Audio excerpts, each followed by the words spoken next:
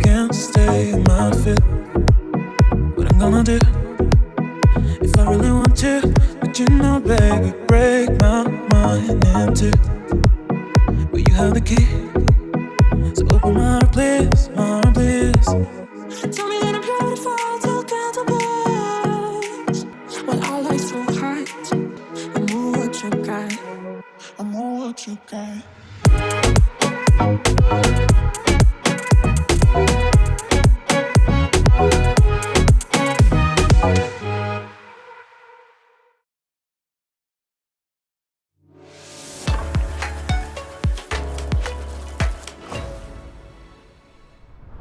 Sherri, just for the viewers, give us a little insight into your career, and because it's a really amazing story, particularly as a woman. Yeah, just give us a brief heads up. Thank you so much, Nick. Some people call me the mother of climate security. I started out serving as one of the first female staffers on the Senate Armed Services Committee in the United States, and then I was the first chief environmental officer at the Pentagon in the Department of Defense in the 1990s, and then I founded the first group of generals and admirals to address this national security implications of climate change about 17 years ago, and we characterize climate change as a threat multiplier, and that's the title of my new book.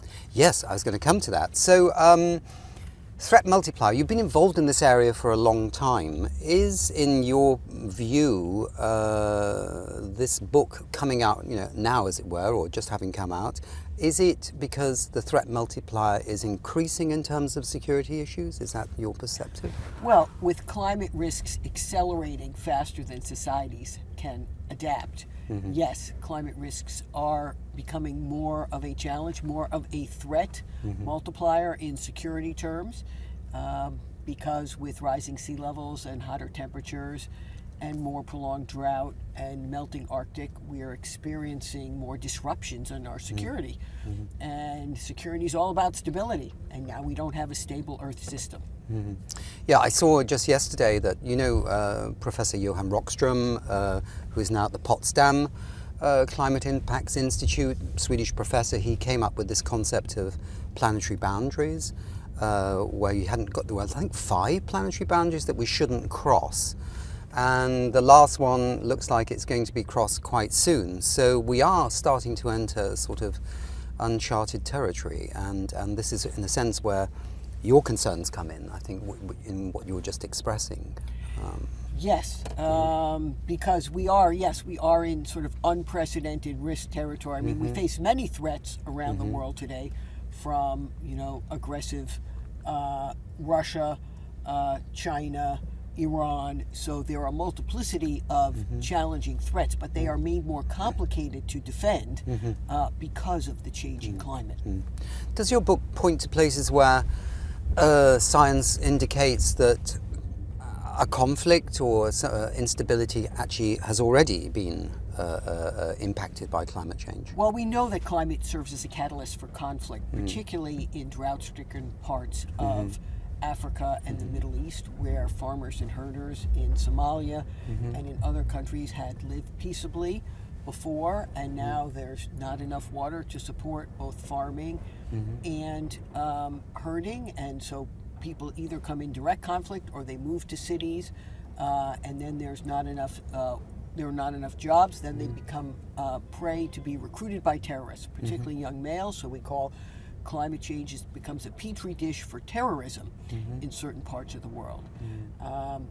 In the Arctic, we have a whole new region that's opened up in our lifetime. Yes. With retreating sea ice and rising temperatures and thawing and collapsing permafrost. And now we have a more navigable ocean that could be ice-free for certain parts of the year as soon as the 2030s. And that's actually not that far away. And by the way, Russia under President Putin envisions the northern sea route along the Russian Arctic as a toll road for transportation from ports in Asia to ports in Europe. And China, meanwhile, eyes the Arctic as shorter shipping lanes in the future. So that's a whole new region where we will both have to defend, but there are many risks to operating in the region. region. So in some ways, it could be an accident, an oil spill, or some other accident waiting to happen. Yeah. I mean, it's a very interesting aspect of this, isn't it? Because as we've seen the sea ice retreat in the Arctic region, these defense issues and security issues have come up. And but also, I always find it incredible that the first response, certainly as this was happening from the oil and gas industry, was, we can go and drill for more oil to fuel this climate catastrophe even further and faster. We live in quite a dystopian world sometimes when you think about the decisions and choices that not just governments but also the private sector makes. Some private sector making choices which are about decarbonising the economy, trying to get us out of this mess, and other parts of the older economy saying, wow, we can go further and faster with what we're doing. Yes, it's very ironic. And deeply unfortunate.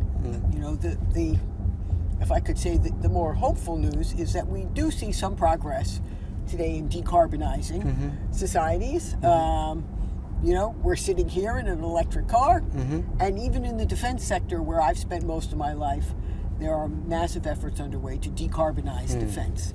And I think that is an indicator that, if defense can do it, then many other sectors of society can do it as well. Yeah, you're making an interesting point just before we set off on this little journey around New York, that for the military, an electric vehicle or electric hybrids could be actually beneficial.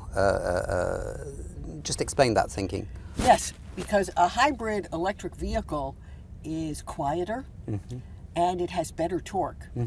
And so there are advantages on the battlefield over the traditional fossil-only tank. And as we know, a tank is a gas guzzler.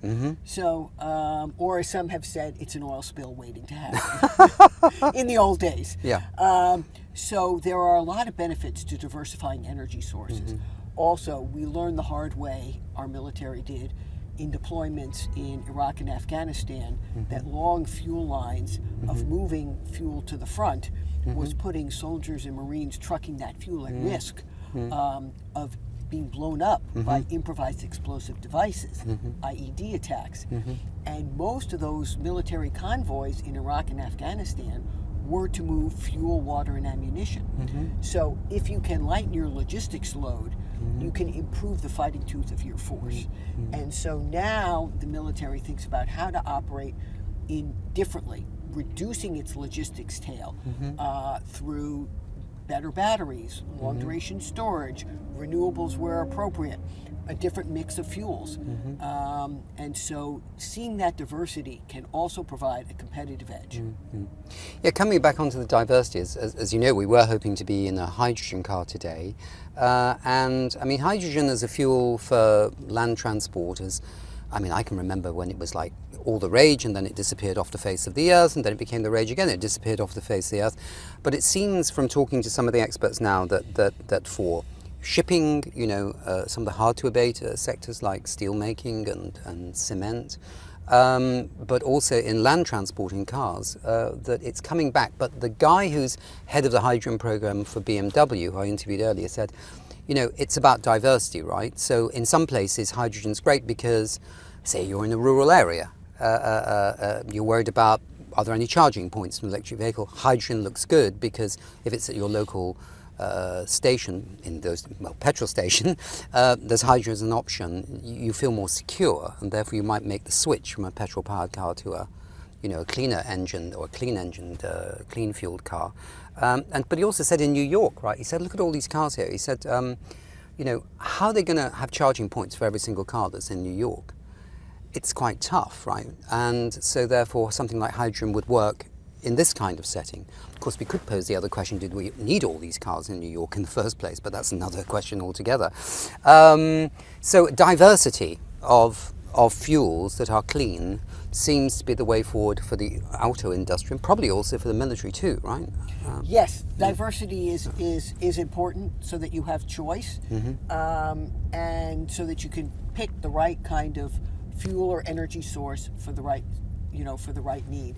So hydrogen fuel cells, there have been investments through defense research and development for many years in developing hydrogen. The first fuel cells, of course, was on a NASA flight, I think, maybe not to the moon, but certainly from the Earth. Yeah. That's right. Yeah. That's right. Yeah, and I grew up in New York, so and today there are many, so there's many more bikes around than there used to be, and so there is a much greater diversity of transit, and the subways come back, and people use the subway. So, but and that helps get cars off the road. But it's not like people are going to give up their cars in America. Yeah.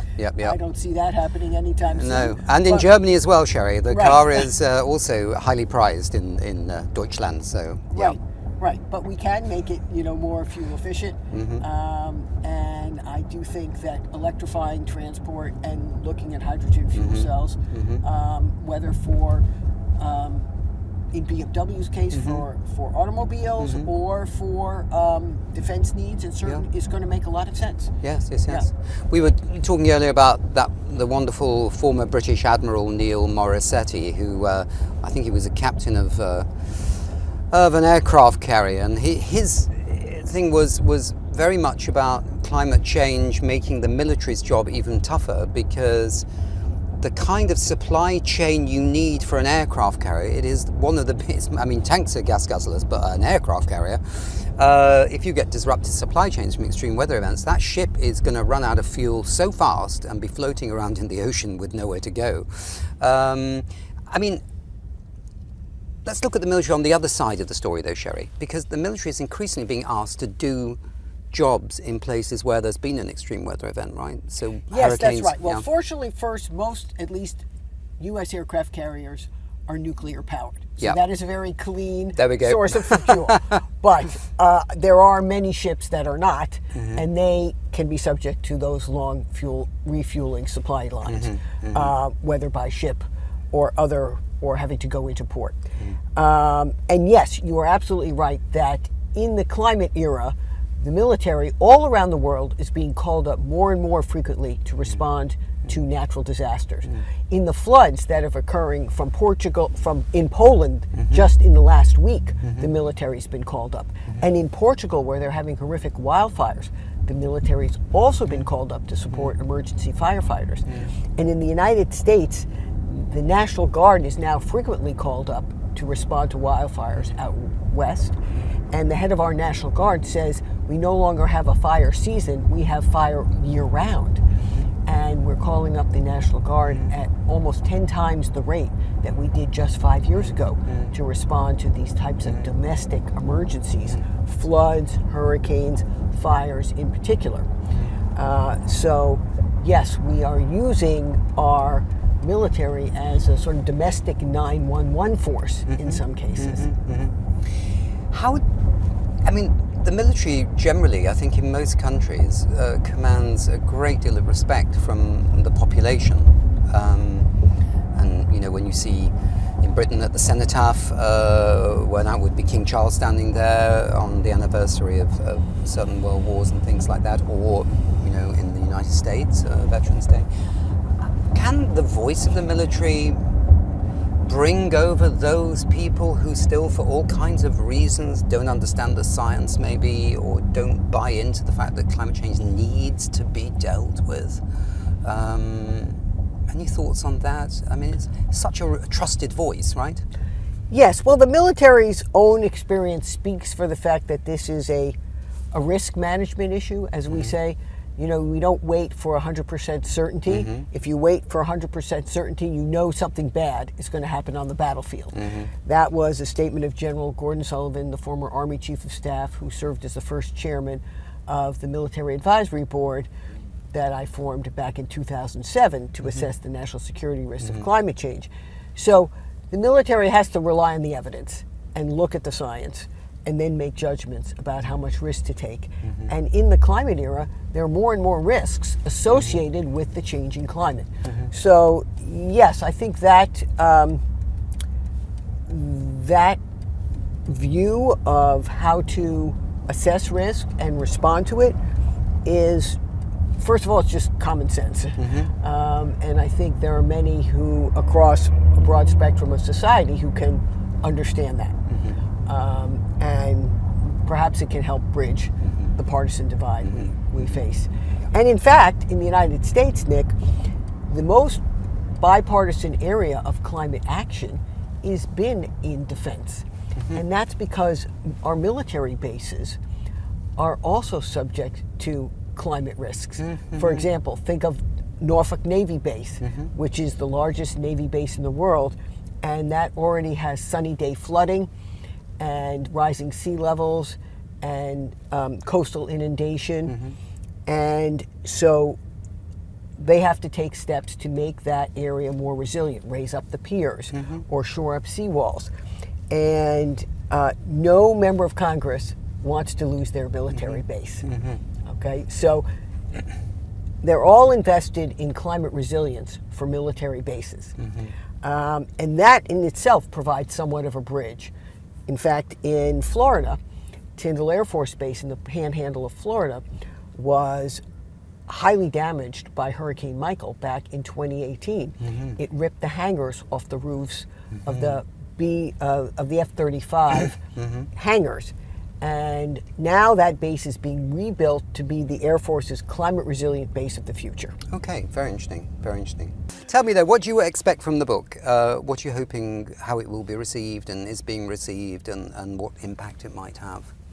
Well, it has been extremely well received, thank you, with very nice reviews in the Washington Post and in Science Magazine and at many conferences and events. And I hope it will help more people understand the story of why climate change is a threat multiplier for our security, and also what our military is doing about it today and why they take it seriously. And then, because they are, how each of us should be taking it seriously in our own lives and our own actions. Okay. And I suppose one last question. We were chatting with some of the nice people from Munich, from BMW, and you are a BMW fan, I understand. Oh yes, I am. Not only am I a fan, I am an owner of a BMW. Right. And I love my little BMW X1, but I am ready now to get an electric BMW, which I hope will be my next car. Okay, and then maybe the one after that might be hydrogen. Maybe the one after that could be hydrogen. But I love the way BMWs drive. Yep. And they're, our family is a big fan. Right. Okay, Right. well, Sherri, it's been lovely to talk to you, and best of luck with your book. Well, thank you. And thank you for being also a supporter of We Don't Have Time. Thank you very much. I do think We Don't Have Time also helps spread the word about climate. And what's possible. And what's possible, and what we can all do about it. Yeah, okay. Right. So Great. I appreciate that. I appreciate your work and that of Sweta Chakraborty. And Ingvar Renshog. And Ingmar. Yeah. Yes. Yeah. It's a very good team. Yeah, thank you Yes, very much. very good team.